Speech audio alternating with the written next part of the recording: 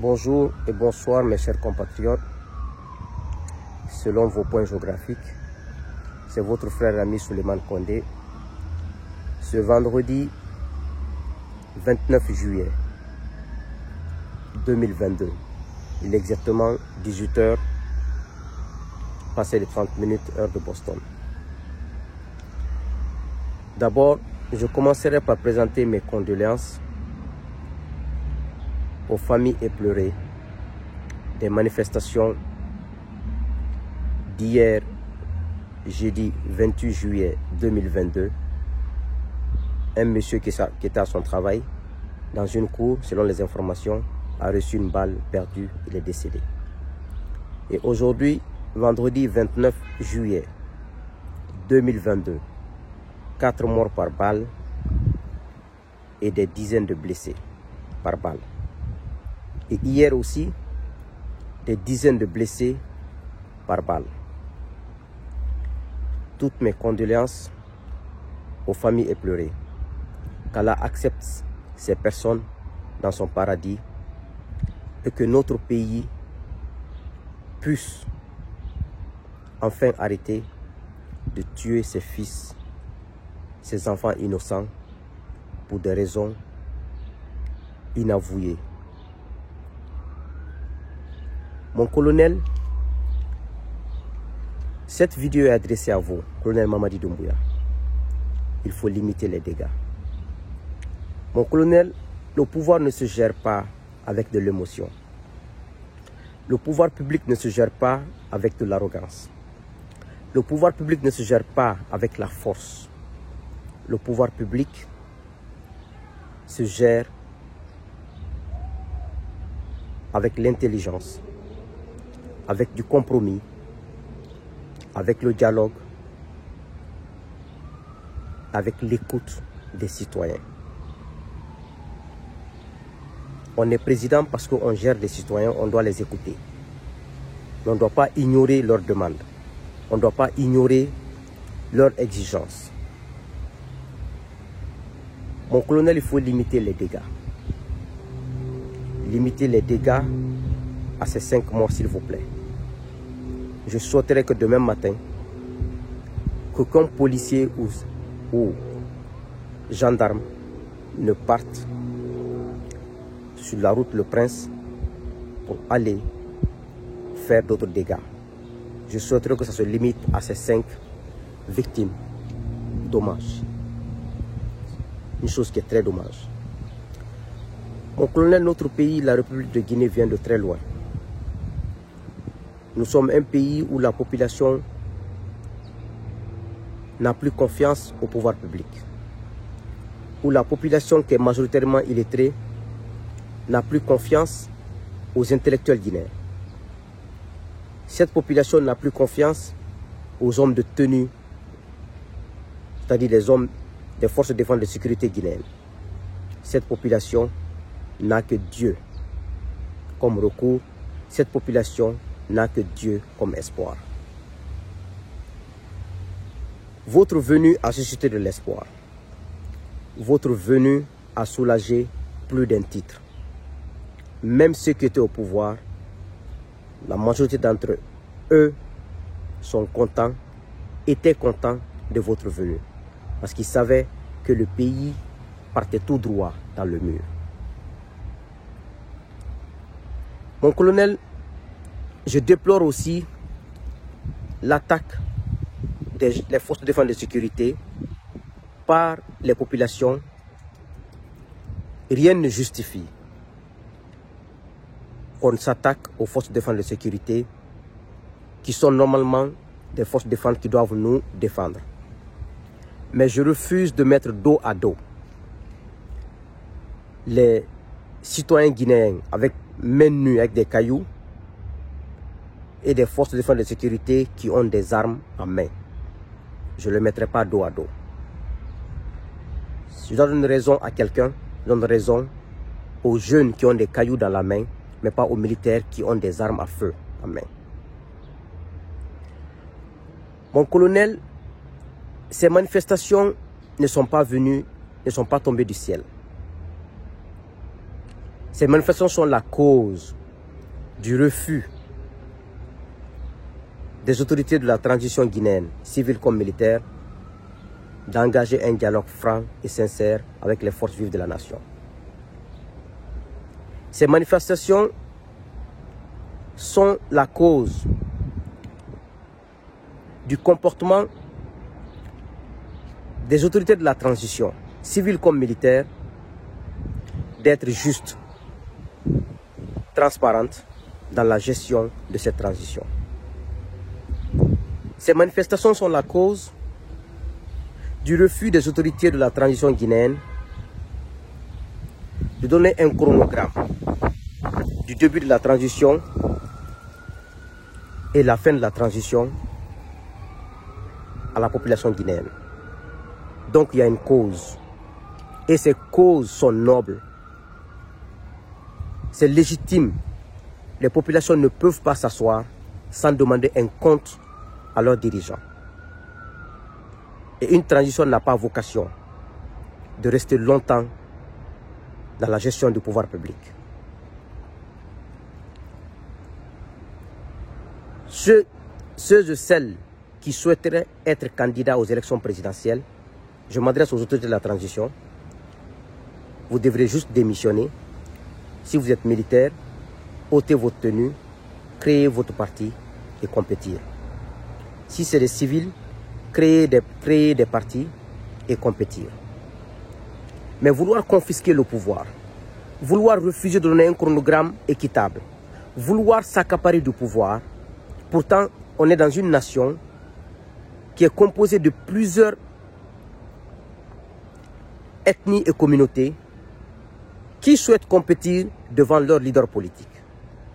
Donc, vous n'avez aucun droit, aucune légitimité, aucun pouvoir de confisquer ce pouvoir. Donc, si vous étiez de bonne foi dans la gestion de cette transition, on n'en serait pas là aujourd'hui. Donc, la faute est à vous. Si le FNDC a demandé des marches pour exiger le retour à l'ordre constitutionnel, vous êtes plus fort que le FNDC n'a que sa bouche. Point barre. Et vous avez la force physique avec vous, la force publique avec vous. Ce que vous devriez faire, FNDC, rassurez-vous de bien organiser votre marche. Et nous, on va vous épauler. Ils marchent, ils rentrent chez eux. S'il y a des dégâts, on les interpelle, on leur dit, ok, vous avez gâté tel et tel en cours de route. Vous devriez rembourser. C'est aussi simple que ça. Ou bien, si vous interdisez la marche, rassurez-vous de ne pas utiliser les armes ou la force excessive contre eux. Parce que ils ne marchent pas parce qu'ils veulent marcher, ils marchent parce qu'ils demandent un droit, parce qu'ils demandent quelque chose, parce qu'ils sont les fils de cette nation. Mon colonel, avec toutes ces actions, est-ce que vous êtes maintenant en mesure d'avoir la légitimité d'organiser le procès du 28 septembre 2009? Je dirais non. Parce que pourquoi vous ne pouvez pas organiser le procès du 27 septembre 2009? Parce que maintenant, vous avez aussi des victimes aujourd'hui sur votre main. 5 victimes civiles. La grande question est là. Pour la petite histoire, quand le général Lansana Conté, paix à son âme, est venu au pouvoir en 1984, après le décès du feu Ahmed Sékou Touré, paix à son âme, le général Lansana Conté avait l'opportunité d'organiser le procès du régime Sékou Touré pour au moins éclairer les uns et les autres. Mais je crois qu'après quelques mois, il y a eu cette histoire de coup d'État. Et vous savez combien d'officiers de même communauté qui ont été froidement assassinés, sans compter les civils. Et ça crée des problèmes, des milliers de problèmes au général Lansana Conté. Il s'en est pas sorti jusqu'à ce que son pouvoir ait pris fin en 2008.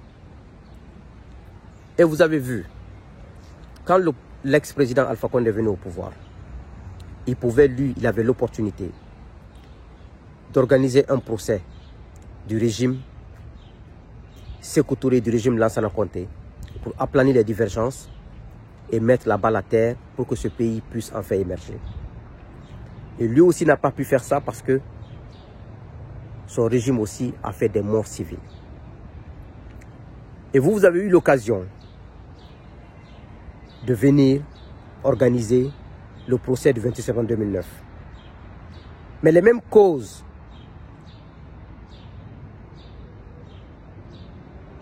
sont là aujourd'hui. Donc, nous sommes dans un cercle vicieux, perpétuel. Et ça, c'est... Tout ça, c'est parce que nos chefs qui ont eu la chance d'accéder au pouvoir ont considéré le pouvoir comme si c'était leur bien privé. Les vautours qui sont à côté considèrent le pouvoir comme si ça appartient au président. Ils ne disent jamais la vérité au président. Ils ne disent jamais, président, nous devons suivre ce chemin. Nous devons protéger la population. On doit se méfier des erreurs du passé. Vous l'avez dit d'ailleurs, que vous ne commettrez pas les erreurs du passé. Mais fort malheureusement, vous êtes dans les erreurs du passé. Et votre déception, elle sera plus grande que celle de vos prédécesseurs. Parce que vous étiez témoin de l'histoire. Et aujourd'hui, voici le drame qui est là. Mon colonel, limitez les dégâts. On m'a envoyé une vidéo tout à l'heure, avant que je ne fasse cette vidéo,